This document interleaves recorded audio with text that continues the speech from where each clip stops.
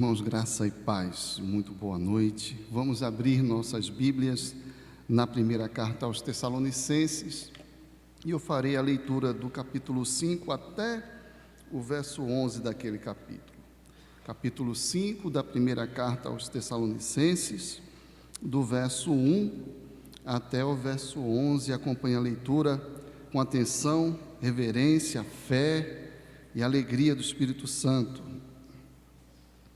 1 aos Tessalonicenses 5, de 1 a 11. Irmãos, relativamente aos tempos e às épocas, não há necessidade de que eu vos escreva, pois vós mesmos estáis inteirados com precisão de que o dia do Senhor vem como ladrão de noite. Quando andarem dizendo paz e segurança, eis que lhes sobrevirá repentina destruição, como vêm as dores de parto a que está para dar à luz, e de nenhum modo escaparão. Mas vós, irmãos, não estáis em trevas, para que esse dia, como ladrão, vos apanhe de surpresa, porquanto vós todos sois filhos da luz e filhos do dia. Nós não somos da noite nem das trevas. Assim, pois, não durmamos como os demais, pelo contrário, vigiemos e sejamos sóbrios. Ora, os que dormem, dormem de noite, e os que se embriagam, é de noite que se embriagam. Nós, porém, que somos do dia, sejamos sóbrios, revestindo-nos da couraça da fé e do amor, e tomando como capacete a esperança da salvação. Porque Deus não nos destinou para a ira, mas para alcançar a salvação mediante nosso Senhor Jesus Cristo, que morreu por nós para que, quer vigiemos, quer durmamos, vivamos em união com Ele. Consolai-vos, pois, uns aos outros e edificai-vos reciprocamente, como também estás fazendo. Leia comigo novamente apenas o verso 9. Porque Deus não nos destinou para a ira, mas para alcançar a salvação mediante nosso Senhor Jesus Cristo.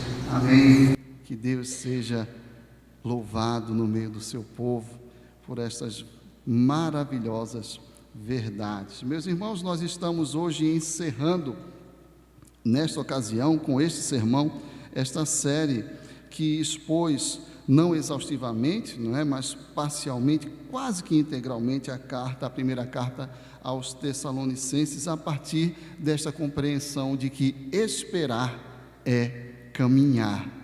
E esta tônica da expectativa da segunda vinda de Cristo, obviamente, toma conta da carta, é o seu fio condutor, ao lado da ideia de que enquanto esperamos, devemos caminhar, servir ao Senhor, caminhar a caminhada cristã.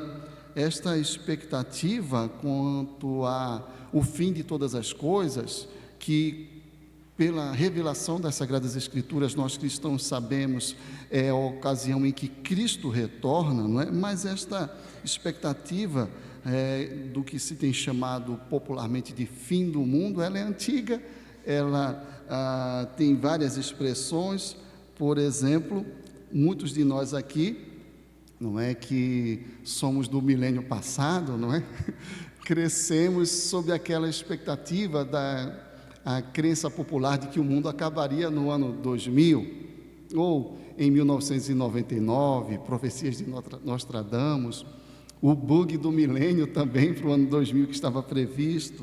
Outra ocasião mais recente, no dia 21 de dezembro de 2012, há, portanto, 12 anos, o fim de uma era do calendário maia, coincidindo com um certo alinhamento cósmico e tudo mais, e muita gente falando disso aí, Sobrou até para a cultura pop.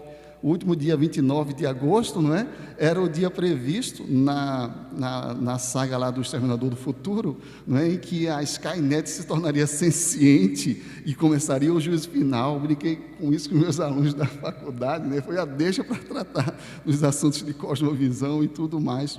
Bem, mas também dentro do nosso chamado arraial evangélico, essa expectativa. Por exemplo, Guilherme Miller, um dos envolvidos no movimento que viria a se tornar o Adventismo do Sétimo Dia, previu a volta de Cristo para 1843, depois reajustou os cálculos, porque não deu certo, para 1844, e estamos aqui, aguardando a vinda do Senhor. Mais recentemente, Pat Robertson, que é um dos fundadores do movimento do Clube dos 700, de matriz pentecostal, também previu a segunda vinda do Senhor para 1982, e aí se vão também mais de 40 anos de lá para cá. E, meus irmãos, se nós buscarmos também nas Escrituras Sagradas, essa expectativa estava ali, e às vezes um tanto mal orientada. Por exemplo, nós lemos no livro de Atos, nos versos iniciais, ali no primeiro capítulo, que Cristo estava falando sobre a vinda do Espírito Santo, a promessa de Deus, e os discípulos logo ali perguntaram: será esse o dia, Senhor, em que restaurarás o reino a Israel? E Cristo lhes responde, meus discípulos, esperar é caminhar, não é? Não compete saber dias, épocas, quando é que vai acontecer, mas vai descer o Espírito, vocês serão empoderados, por assim dizer, Vocês receberão poder a descer sobre vós o Espírito, e vocês serão minhas testemunhas, vocês vão caminhar nesta terra testemunhando de mim enquanto me esperam, minhas testemunhas em toda Judéia, Samaria, confins da terra e assim por diante. Então, essa máxima, essa dinâmica é a resposta bíblica para a nossa expectativa quanto ao retorno do Senhor. Nós vimos expondo isso ao longo de toda a carta, e aqui parece que o apóstolo estava tratando dessa inquietação. Pela manhã vimos que ele tratou da inquietação no coração dos irmãos acerca daqueles que dormiram no Senhor, aqueles que morreram enquanto o Senhor ainda não voltou, e o apóstolo os consola com a esperança. Então, nós não sofremos como os que não têm esperança, nosso sofrimento é diferente, é tratado pela esperança, e isso é consolador. E os versos finais do capítulo 4 nos dizem: consolai-vos uns aos outros com essas palavras, porque o reencontro é certo, o reencontro é garantido por Deus, Ele está envolvido nisso, e este reencontro é o encontro com Cristo. Mas havia certamente aquela expectativa: e quando é que vai ser essa maravilha? Nós queremos saber. E o apóstolo então inicia esta sessão, que no nosso manejo editorial é chamada de capítulo 5. Irmãos, relativamente aos tempos e às épocas, não há necessidade de que eu vos escreva. E ele lembra aos irmãos: o Senhor virá como ladrão, ou seja, de surpresa. Esse dia do Senhor será como quando um ladrão nos toma de assalto, sem esperarmos. E ele traz uma palavra de especial conforto e incentivo, que é justamente o verso 9, que nós repetimos a leitura juntos, não é?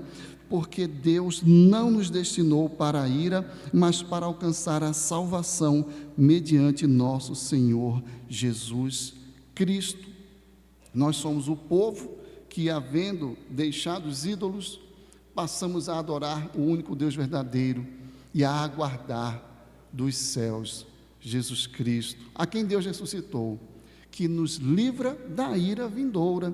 Nós temos essa certeza da salvação que Deus mesmo nos dá, e é com ela que o apóstolo quer que nós nos apeguemos a ela, para lidarmos com essa expectativa da forma mais apropriada. Então, como tema que vai nortear essa nossa reflexão, eu quero propor justamente essa verdade de que Deus nos destinou para a salvação, como o apóstolo acabou ou escreveu àquela época, e nós acabamos de testemunhar. Deus nos destinou para a salvação em Jesus Cristo, e por isso, aí sim, nós temos aqui orientações sobre como essa expectativa deve ser tratada em nosso coração. Por isso, por exemplo, o dia do Senhor não nos apanhará de surpresa. Pastor, a gente vai saber? Não, a gente não sabe quando é, mas de surpresa nós não seremos pegos. É o que o apóstolo está dizendo, não é? Veja, irmãos, relativamente aos tempos e às épocas, não há necessidade de que eu vos escreva, pois vós mesmos estáis inteirados com precisão de que o dia do Senhor vem como ladrão de noite.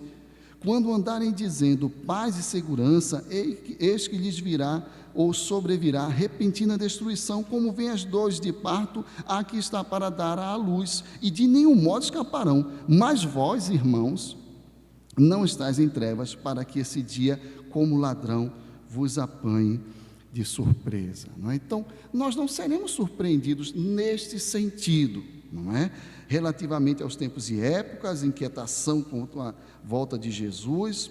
O dia do Senhor é uma surpresa para todos, não há como prever, antever, ele vem de forma surpreendente, mas curiosamente o apóstolo diz que não seremos surpreendidos. E o que é que ele quer dizer com isso? Bem, para que tenhamos uma melhor noção do que o apóstolo está se referindo, é importante termos também em mente a fundamental advertência que ele traz. Este dia, que para nós é um dia de alegria, é um dia que anelamos, coisas maravilhosas vão se concretizar, é ao mesmo tempo também um dia terrível, não é? Ele diz com muita clareza: quando andarem dizendo paz e segurança, eis que lhes sobrevirá repentina destruição, como vem as dores de parto a que está para dar à luz, de repente, e de nenhum modo escaparão. É um dia terrível, como Sofonias, né, o descreveu no capítulo 1 das suas profecias, versos 14 a 16. Está perto o grande dia do Senhor, está perto e muito se apressa. Atenção, o dia do Senhor é amargo e nele clama até o homem poderoso. Aquele dia é dia de indignação, dia de angústia e dia de alvoroço e desolação, dia de escuridade e negrume, dia de nuvens e densas trevas, dia de trombeta e de rebate contra as cidades fortes e contra as torres altas, em que todo coração orgulhoso, em que toda rebelião será devidamente tratada pelo Senhor. Então, nós não podemos ter a medida adequada da alegria que esse dia reserva, se não considerarmos também o pavor que ele traz consigo. A maravilha da salvação é sempre contrastada com a terrível realidade da danação e da ira do Senhor se revelando do alto. Um dia terrível, um juízo inevitável contra o pecado, e aqui está o contraste: mas vós. Então note que o apóstolo foi muito claro, né?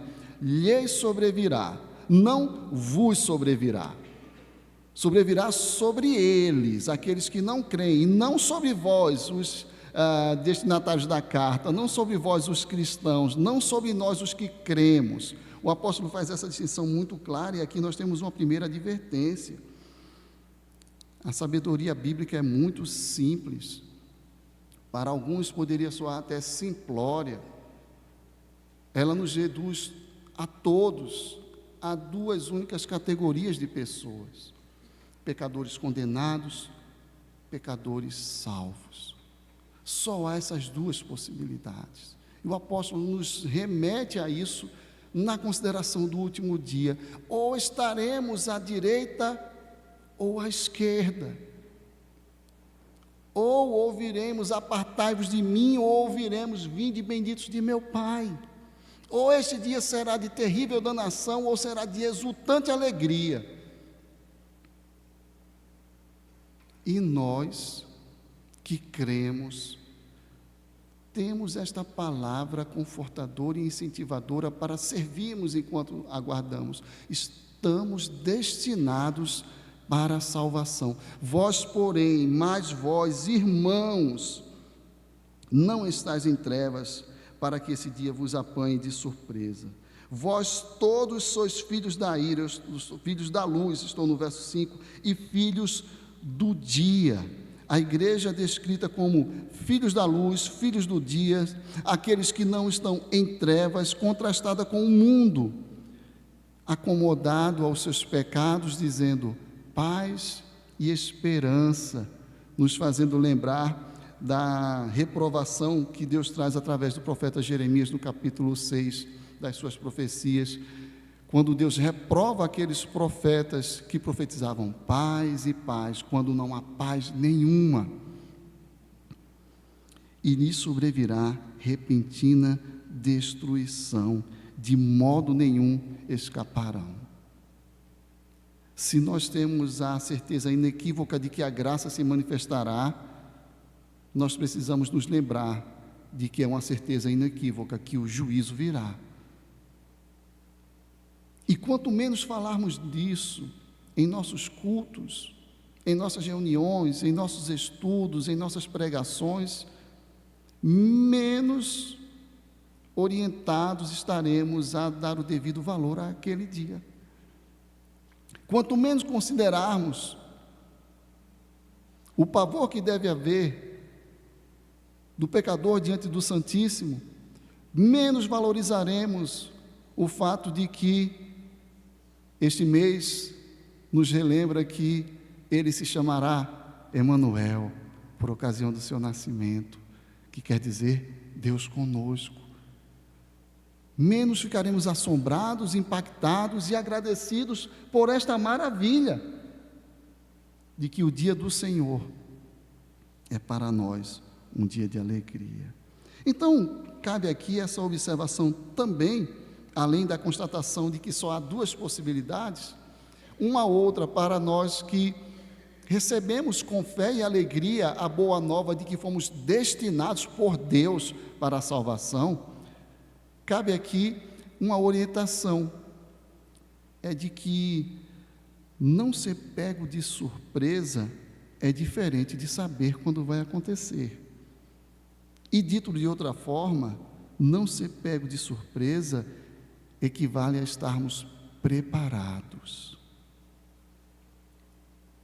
avisados, com o coração devidamente orientado, o que passa por essas considerações todas que nós estamos trabalhando aqui. Mais importante do que saber quando é estarmos preparados, mais importante do que especular é vigiar e manter a sobriedade, a obediência, a santificação, a dedicação, o envolvimento, a busca por comunhão, tudo aquilo que foi falado ao longo da carta, ao longo desses sermões que você ouviu, que equivale a esse caminhar enquanto esperamos. Uma vida santa, a recepção da palavra como palavra de Deus,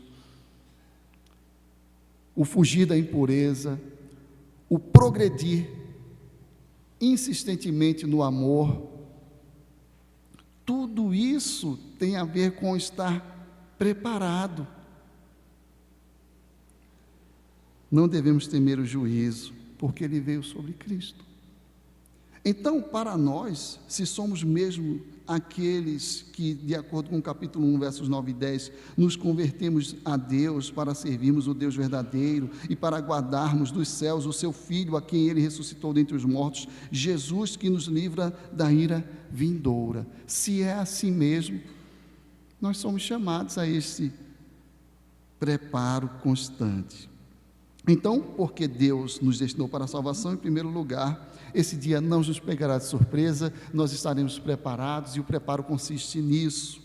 E, bem, vamos entender aqui um pouco melhor como esse preparo aqui é explicado pelo apóstolo, não é?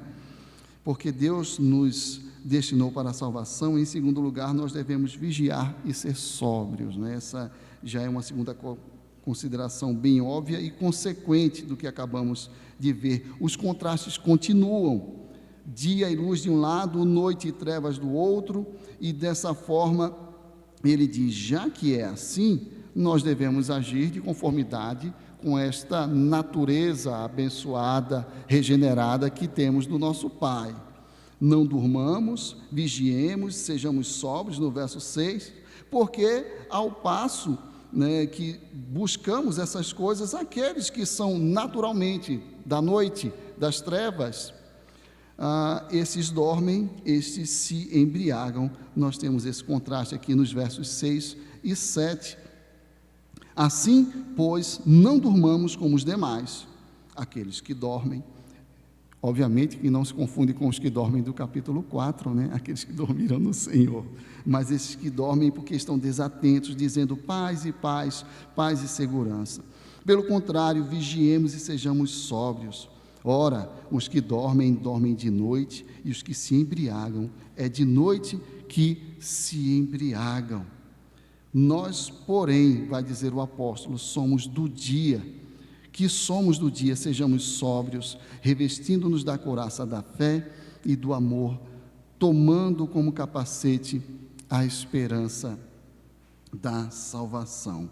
Esse contraste deve ser vivenciado a partir daquilo que aquela igreja já experimentava. O que o apóstolo está dizendo é: continuem a se pautar por fé, amor e esperança nessa caminhada de quem espera. Então, não há grandes segredos nessa sobriedade e nesse despertamento. Nós somos chamados para a vida cristã simples, ordeira e exaustivamente incentivada nas cartas, nos ensinos dos apóstolos. Nós somos chamados a uma vida santa, fugirmos da impureza, praticarmos as obras que Deus de antemão preparou para que andássemos nelas. Nós somos chamados ao amor fraternal entre os irmãos, ao acolhimento, à ajuda, à assistência, a carregarmos as cargas uns dos outros e nutrirmos uns nos outros essa mesma esperança firme em Jesus. Se não é assim, note o que é que o apóstolo vai dizer como consequência desta exortação, ou deste ensino, desses primeiros 11 versos, a partir do trecho final da carta, ou seja, verso 12 em diante. Nos versos 12 e 13 ele diz: olha, sejam obedientes e honrem seus líderes. Agora vos rogamos, irmãos, que acateis com apreço os que trabalham entre vós e que vos presidem no Senhor e vos admoestam, e que os tenhais com amor em máxima consideração.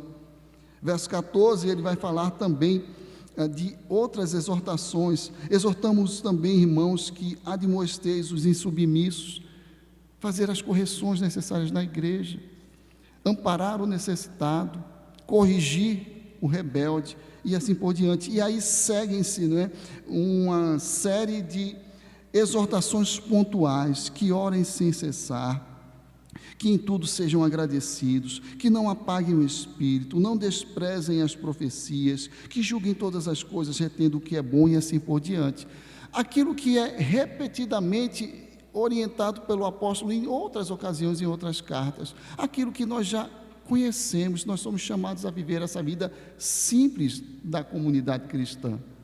É disso que se trata essa sobriedade, daqueles que, advertidos, aguardam aquele dia com a certeza da salvação, mas com a advertência: se é isso mesmo, se vocês são aqueles que Deus destinou para a salvação, se vocês são, portanto, filhos da luz, filhos do dia, é necessário, de se esperar, portanto, de se exigir de vocês, se ordenar a vocês que vivam assim. Essa é a vida santa, simples, e a qual nós somos convidados pelo apóstolo. E assim ele retorna àquela tríade, do capítulo 1, que distinguia aquela igreja e que fazia com que ele reconhecesse a vocação ou mesmo a eleição daqueles irmãos: fé, amor e esperança. Uma fé operosa, que se mostrava por meio das obras, um amor de quem abria a mão de si em favor do próximo, e aquela firme esperança de Cristo que motiva todas essas coisas. Mas há um aspecto aqui: o apóstolo reconhece que isso não é algo fácil, que isso requer, digamos assim, nos lembrarmos que não há paz nenhuma, mas estamos num contexto de guerra. Tanto é que agora, quando ele faz referência a essa tríade de virtudes cristãs, fé, amor e esperança, ele o faz com linguajar bélico, não é?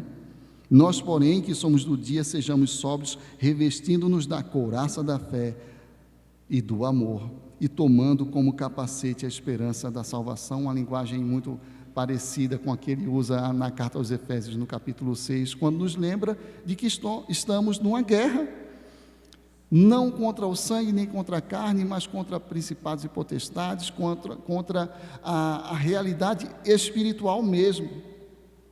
E nós devemos nos equipar para esta guerra com essas virtudes cristãs buscadas no Senhor.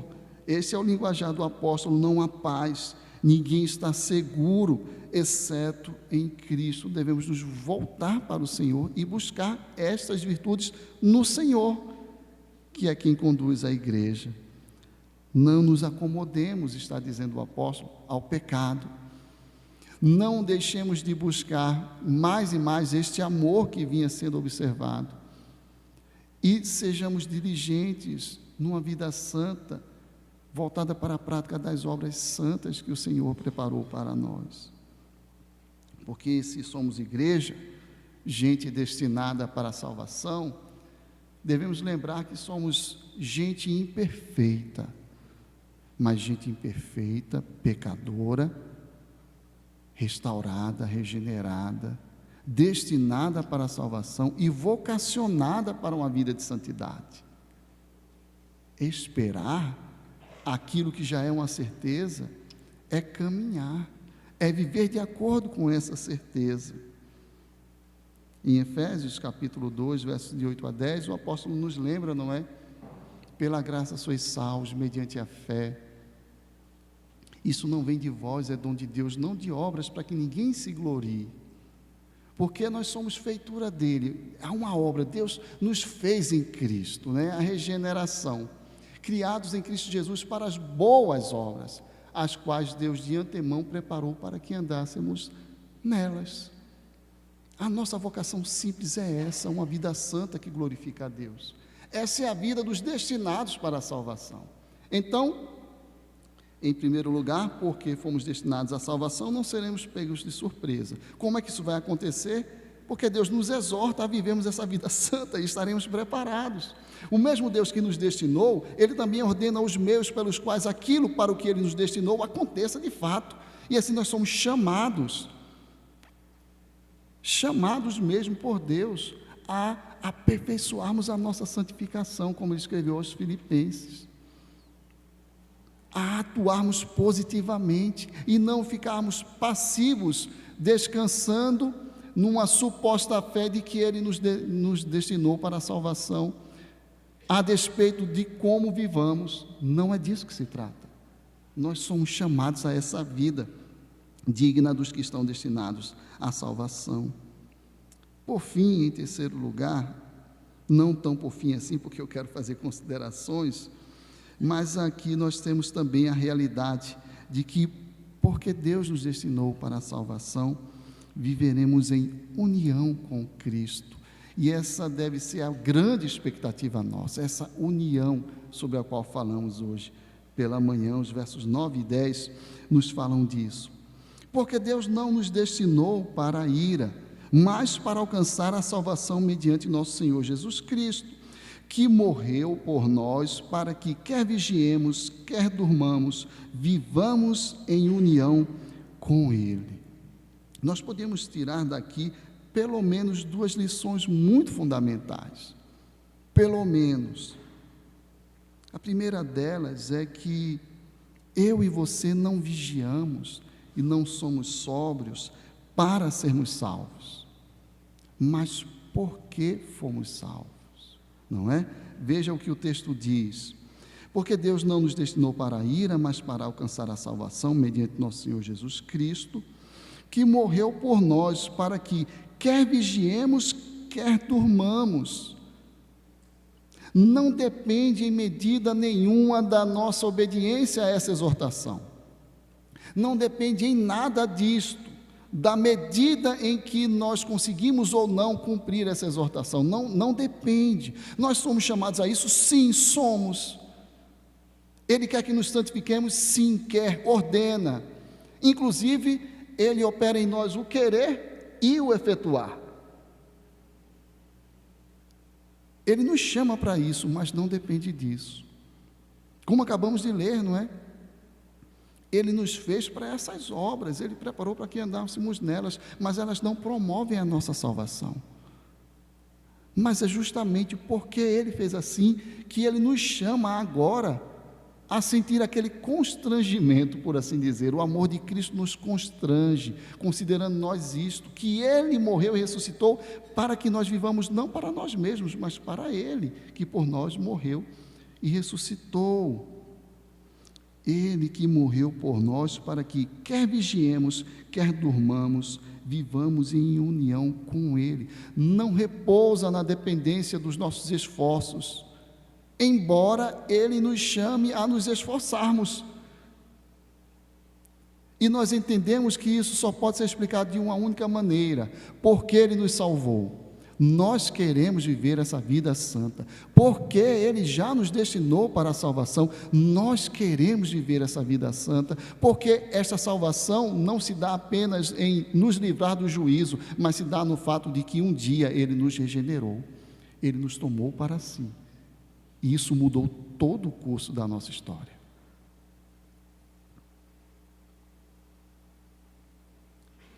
O outro ensino fundamental que podemos depreender desses dois versos é que isto não tem nada a ver com injustiça. Não tem. Misericórdia não é injustiça. Ele é justo. Ele não deixou os nossos pecados impunes. O fato de não depender de quaisquer méritos nossos não faz de Deus injusto. Numa lógica ordinária, faria.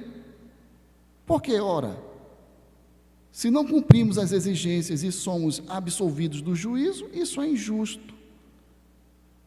Mas o apóstolo lembra: Ele morreu justamente para que não houvesse injustiça.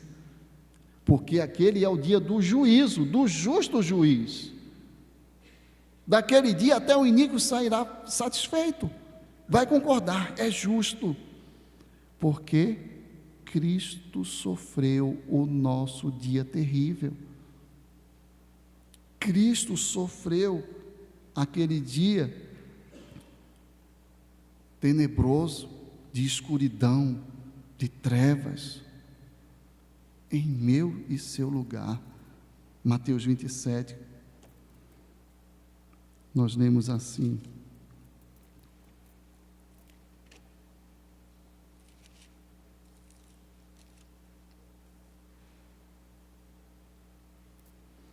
desde a hora sexta, estou no verso 45 de Mateus 27, até a hora nona, houve trevas sobre toda a terra.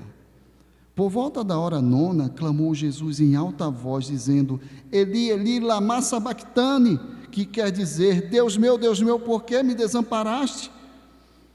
E alguns dos que ali estavam ouvindo isto diziam: Ele chama por Elias. E logo um deles correu a buscar uma esponja e, tendo-a embebido de vinagre e colocando na ponta de um caniço, deu-lhe a beber. Os outros, porém, diziam: Deixa, vejamos se Elias vem salvá-lo. E Jesus, clamando outra vez com grande voz, naquele dia de densas trevas, entregou o Espírito. Eis que o véu do santuário se rasgou em duas partes, de alto a baixo, tremeu a terra, fenderam-se as rochas, abriram-se os sepulcros e muitos corpos de santos que dormiam ressuscitaram. E saindo dos seus sepulcros, depois da ressurreição de Jesus, entraram na cidade santa e apareceram a muitos. O centurião e os que com ele guardavam a Jesus, vendo o terremoto e tudo o que se passava, ficaram possuídos de grande temor e disseram: verdadeiramente, este era Filho de Deus. Houve trevas, ele suportou essas trevas, e como disse o apóstolo, não é? Ele morreu por nós, para que vivamos com ele. Quero trazer algumas aplicações, duas simples e fundamentais. Primeiro, não há assunto mais grave a ser considerado por qualquer ser humano. Trata-se, meu irmão, meu amigo visitante, do seu e do meu destino eterno. É disso que estamos falando, de como você será encontrado naquele dia. Se você ainda não é um discípulo de Cristo, se você ainda não tem com Ele essa relação de fé e de serviço, de entrega da sua vida ao seu Redentor, não perca nem mais um segundo. Esta é a advertência mais genuína, mais sincera e mais justa que eu poderia lhe fazer. A nós que cremos, mas às vezes andamos sonolentos, este é um assunto da maior gravidade também para nós. É tempo de despertar. Você e eu fomos chamados à sobriedade, você e eu fomos chamados à vigilância, e não a uma vida sonolenta. Nós que esperamos, precisamos caminhar. É urgente. Somos filhos da luz, filhos do dia. Eu quero encerrar com alguns versos sobre este tema de literatura de cordel, que dizem mais ou menos o seguinte: diz que o mundo vai acabar, que o sertão vai virar mar, o céu vai se abrir, Jesus Cristo vai surgir nas nuvens glorioso, vem buscar um povo saudoso, tudo doido para ver seu rosto e nos seus pés se ajoelhar. Diz também que nesse dia, e eu li isso na Bíblia de tia, os cabra-bestas, o zoador, analfabeto, o doutor, que tenha zombado da cruz, que tenha negado a Jesus, vão tudo pedir arrego, mas não vão viver na luz. Nesse dia sanguinolento vai ter grande sofrimento, que nem nos dias de Lampião se viu tanta aflição. Os cabras tudo afobado, correndo e gritando para os lados. Corre mais, seu abestado, que nós estamos tudo danado. Mas os crentes em Jesus vão viver tudo na luz. Uma grande multidão, feito a torcida do Mengão, junto também a da Macaca, do Corinthians, do Bugre e até do mais vistoso, Santa Cruz Futebol Clube. Nesse dia, Ritinha, menina crente que dá gosto, vai dizer para sua mãe, olhando olho no olho: mãezinha, se alegre, nós vamos encontrar painho no céu com Jesus Cristo e o nosso caçula novinho. Nessa hora esperada, com os olhos cheios de água, vou dizer para o meu Jesus, que por mim morreu na cruz: ô Senhor, eu não mereço essa bênção que recebo, o Senhor pagou o preço, era minha aquela cruz. Sei que nessa hora o Senhor vai me abraçar, o Deus de toda consolação vai a mim lhe alegrar, mostrando que a caminhada que findou nessa jornada foi toda por Ele ditada, pois esperar é caminhar. Meus irmãos, a minha oração sincera como seu pastor é que essas reflexões a partir deste texto tragam despertamento para mim e para você. Não nos enganemos, nós somos destinados sim para a salvação, somos juntamente com isso destinados para uma vida mais santa, mais íntegra diante do Senhor. Que o Senhor se apiede de nós e promova em nosso meio essas coisas maravilhosas. Vamos entoar o hino Vencendo Vem Jesus, de número 147 do Inário Novo Cântico.